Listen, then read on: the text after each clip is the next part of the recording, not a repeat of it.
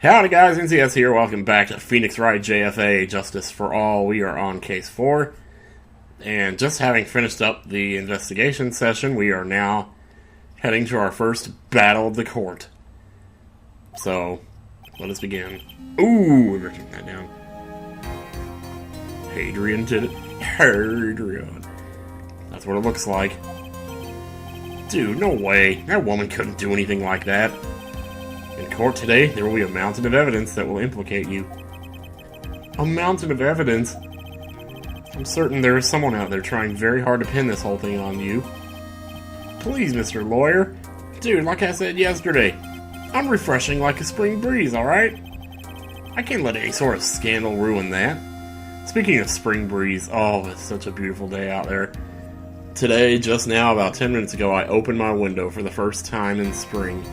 Which, there's just that one time every year that you do it. And this is that moment. I am so happy right now. Well, it's almost time. Oh, my eyes, they burn!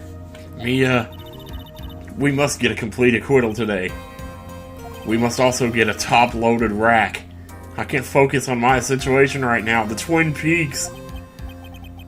Or Pearls either. Wherever she is. No matter what, I have to focus on winning this case by the end of the day. Indeed. Well, let's get going. So happy. Crap. It's D-Killer. It's the Daystorm. Whatever happened to Daystorm anyway? He used to be like so popular and I haven't seen him around in like forever. Anyway, this is Wright. Good morning. This is it, Mr. Attorney. The day of the trial. Maya, she's unharmed, right? Well, when I checked on her earlier this morning, she seemed a bit, how shall we say, tired. Don't worry, people don't die that easily. Besides, what you really should be concentrating on is winning today's trial. Grrr! For myself, you must win today's trial. Which is why I sent you a little present this morning. What? What is it? Is it Mega Man 3? You'll figure it out once the trial opens. Even if you don't like my gift. I expect you to graciously accept it and win the day's contest, if you please. What is going on here? A present? Is it just going to appear in court? Is somebody going to run in with it? Mr. Lawyer, dude, who was that? No one. It's got nothing to do with you, so forget you heard anything. Dude, did your nose just get longer? That's why, yes, it did, Stromboli. What are you gonna do about it? Oh, you can see Mia over there. Even from that far back, you can still see the Twin Peaks. Alright. Are we ready? The defense is ready, Your Honor. What? I say, Mr. Wright, what happened to Miss Von Karma? I don't know, Your Honor. Is this the present? Is Edgeworth the present? Oh, God. Your Honor. Please be quiet, bailiff. You tell that asshole. If you must tell me something, please keep it brief. Now then, what is it? And don't show me your briefs either. I know you're a smartass. Prosecutor Von Karma has... What?!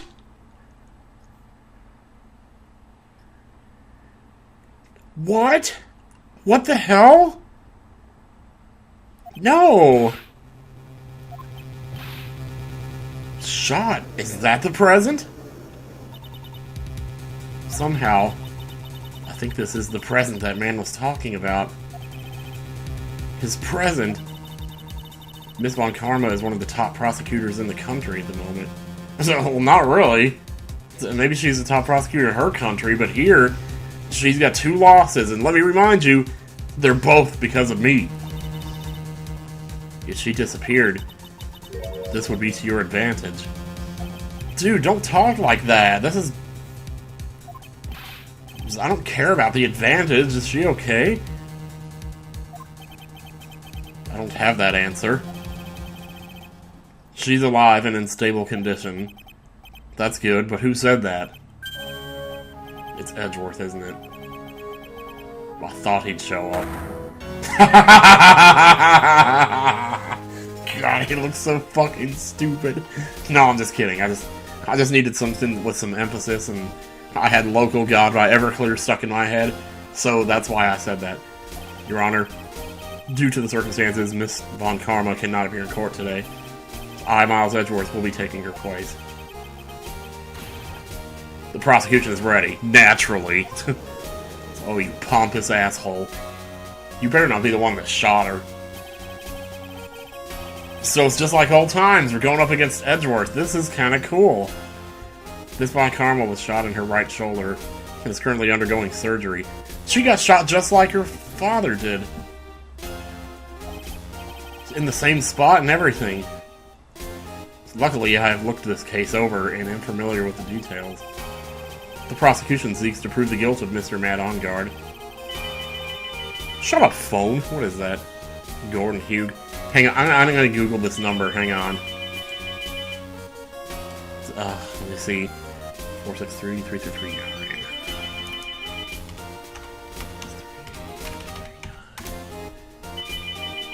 Oh, wait, that's FedEx.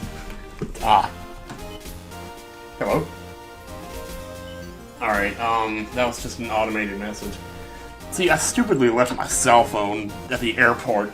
It's the second time I've done that shit. So, they had to FedEx it to me, but I had to make a FedEx account for them to do that. So, they were just calling to confirm that I made the account. So, yeah, let's get back to this then. Sorry about that. The court acknowledges the prosecution. Right. I finally found the answer I was struggling for on my long journey this past year. Oh. By the time this case comes to an end, you too will know the answer. The answer to what? Now then, the prosecution would like to call its first witness. Oh, okay. It's all three of us here together. Man, this is like old... Oh, such like old times, man. Witness, your name and occupation? My name's Dick Gumshoe, sir. I'm a detective down at the precinct. For now. For now? After this trial's over, I'm supposed to turn in my badge, sir. Man. The prosecution has no need for a depressed witness. Oh, lift your head up and face forward like a proud officer, Detective Dick Gumshoe. Dude, take it easy on him, man. Man, Gumshoe's is like... Okay. If we want... Well, Gumshoe does have a great deal of respect for Edgeworth, though. As we remember from, like... Well, case 1-5, obviously. But anyway. So if we want to explore the various facets of this case, we must start with that. Get ready, Phoenix. This is going to be one very rough fight. Yeah, it would have to be with Edgeworth as my opponent. The answer he was struggling for. Interesting. Show me this answer you finally found, Edgeworth. Oh my god, this is so epic. Oh my god, and the windows open. Spring! Life is beautiful! Bare facts of the case. The bare essentials. Okay, alright. Clear your head. You know, I'm gonna do some breathing exercises like Mr. Miyagi. Alright. Now, begin. This murder... Oh my god, it's like starting an exam. This murder happened after the Hero of Heroes Award ceremony, sir. The victim, Juan Corrida, was found dead in his hotel room. After looking into the cause of death, we believe he was definitely murdered, sir. At first, we thought there was something suspicious about the empty guitar case. However, we later found out that the guitar case had nothing to do with the murder. Okay. After the award ceremony ended, the victim was alone in his room. Yes, sir.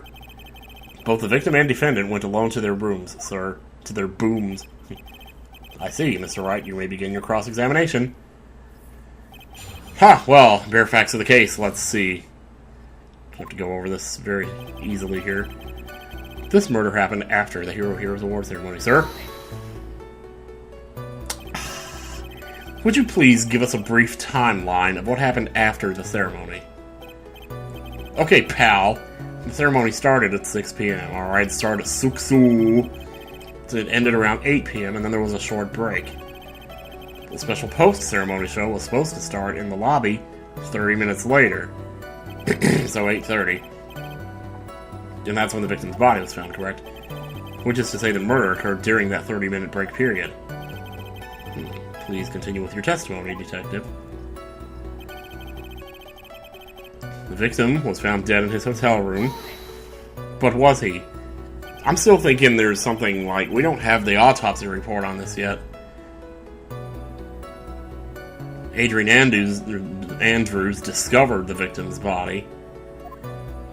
That seems weird. Because she had the card. You know what? Let's not think too hard about this right now. Who is this Adrian Andrews you're talking about? She's a hottie, but never mind. She's the defendant, Matt Ongar's manager. She's a really pretty lady, sir. Not as pretty as Maggie Bird, but, you know. Ah, so she's a pretty lady. I wonder if she will grace us with her presence. Down, boy! When the post-ceremony show was about to start, she went to get Mr. Ongard. After visiting his room, she went next to the victim's room to get him for the show. And that's when she found the victim's body.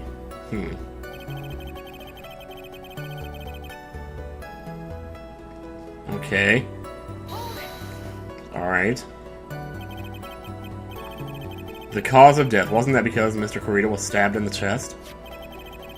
Only a careless amateur would believe something so brainless as that, pal. Why? Take a good hard look at the crime photo. Now, a real pro's attention would be drawn here to this bandana. This what? Banana? His bandana, sir. That's the thing wrapped tightly around his neck, sir. Oh, yes, I see. His banana-scented bandana. And then, oh my god, this judge, I swear to god. He seems to have been stuck in the victim's chest on purpose after his death. So it's another one of these? We have a crafty murderer on our hands here. Okay, autopsy report, here we go. At first we thought there was something suspicious about the empty guitar case. Let me actually... Whoa, no. Well, no, I just want to look at the... Time of death, 8:15. Strangled with a scarf and then stabbed with a knife. Huh, alright. Okay. Back. Press this. And why did you think that? Why are you even bringing up the guitar case anyway? Because it was empty, pal. The Jammin' Ninja doesn't go anywhere without its bright red guitar, and we couldn't find it anywhere at the scene of the crime. Oh, then how about this theory? A fan really wanted the guitar and did the crime to get it. How's that? We thought of that too, but... The only fingerprints on the guitar case were the victims. Only the victims, huh? So then nobody actually, took the guitar, unless they took the guitar without touching the case, which is entirely possible. Guitar case updated in the court record, alright. So the guitar case was covered in water, we remember that. It was wet on the top, and it only had his fingerprints on it. However, we later found out the guitar case had nothing to do with the murder. What convinced you it had nothing to do with the case? Yeah, good question. The guitar wasn't at the Gatewater Hotel that night. Well, then where was it? The bright red guitar was eventually found at the TV studio. The victim had apparently only taken the case with him, sir. He'd only taken the case and not the guitar.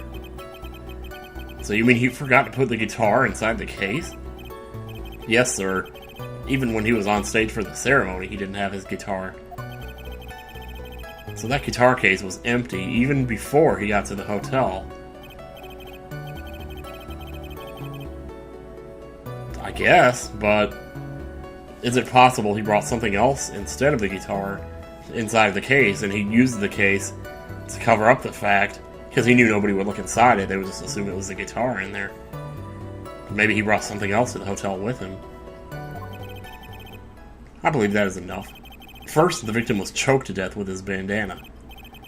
Then, after the victim was dead, the killer deliberately stabbed him with a knife. Why then did the police arrest Matt Onguard? Because there was a reason enough to suspect him. Well, because his fingerprints were on the thing, the knife. Alright, so new testimony here. Why arrest Onguard?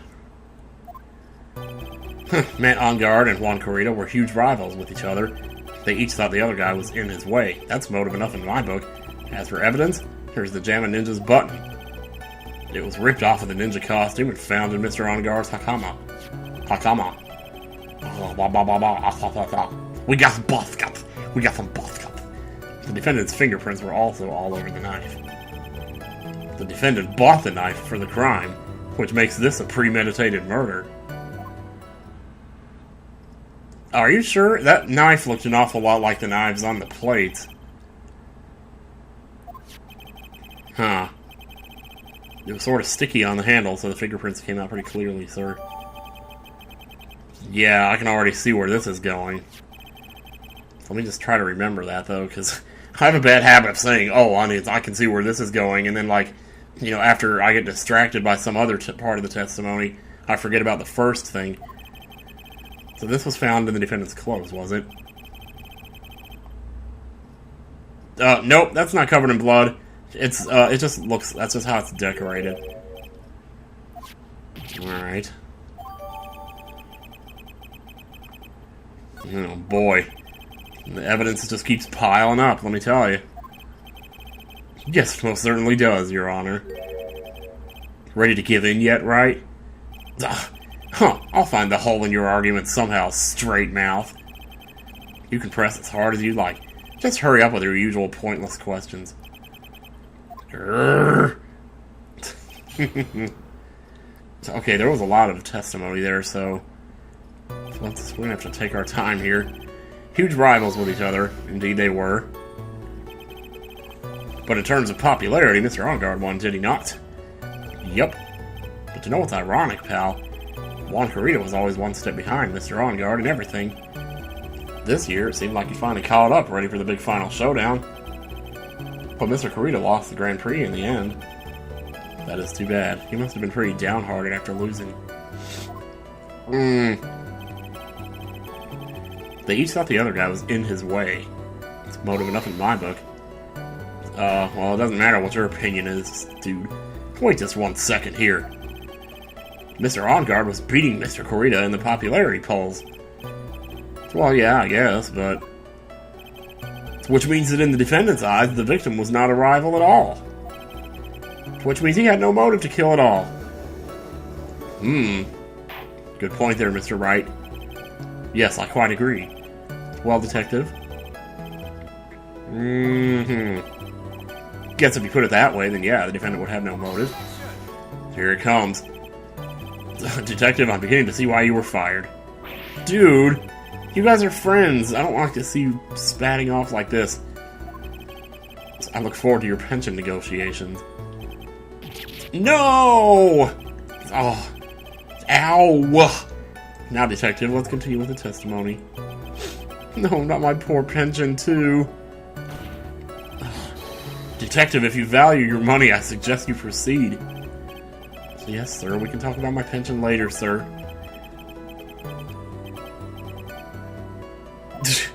Yeah, really? Oh my god, I'm trying to distract people from the point. As for evidence, there's the Jammin' Ninjas button. I don't know. I feel like just pressing all these is just being newbie, but at the same time, you never know when you're going to miss something. I don't want to try to keep track of what I pressed and what I haven't. So, I don't get you, pal. Oh, well, let me put it this way.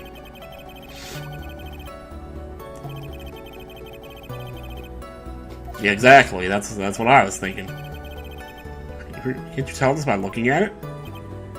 Well, it looks like solid white, and I kind of pictured the ones on his costume as being more... I don't know. But yeah. That's true. Anyone could have smeared it on afterwards. Anyone could have wiped his butt with it. So, now to reel this one in. Thread. Huh? The button was attached to the costume by thread, obviously, and that thread snapped when the button was torn off. If you match up the ends of the thread on the costume with the thread on the button, it's a perfect match. Damn it. Yeah, that's it. They're a perfect match, pal. Work. That's Edgeworth for you. Never misses a beat. Well, no, but at least he's like... You know, at least he's not whipping everybody, first of all. It was ripped off of the ninja costume. It was found in Mr. Angar's Hakama. We got the buff guts. When was this button found?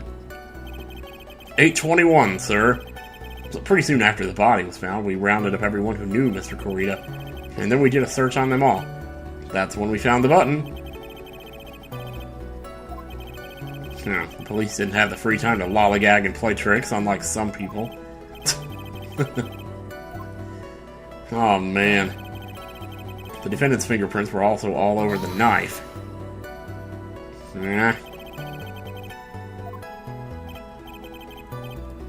Well, where was the, was the thumb? By examining the fingerprints, you can determine how the defendant held the knife. For example, did he hold it normally or overhand? Didn't think of that. Well, wouldn't that matter? Hopeless.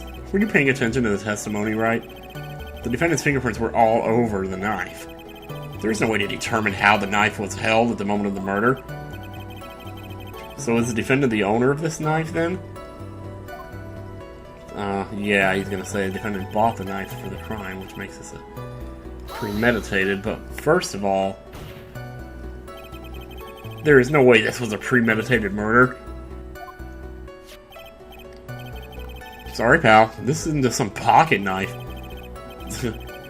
It's not really useful for anything, and you can't just walk around with it either. Well, I don't know, dude. Yeah, we really are. Shoot. We don't want that premeditation thing to get going. Start picking up steam and it's gonna steamroll us. Yeah, think carefully before it's too late. A button covered in the victim's blood and a knife with on-guard's fingerprints. Be grateful. If the judge were more rash, he would have already pounded his gavel in closing. We're still in a world of trouble.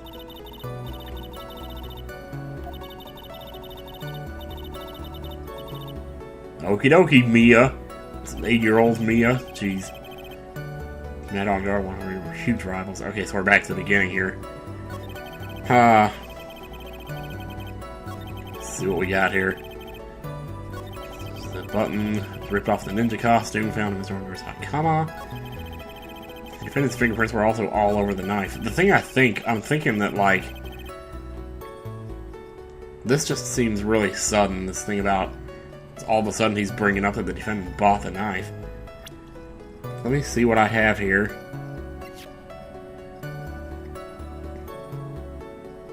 Oh my god, really? It bears the victim's blood and the on-guard's fingerprints. In the grip, Gatewater is engraved. So the knife belongs to the hotel. He didn't buy it. Jesus Christ.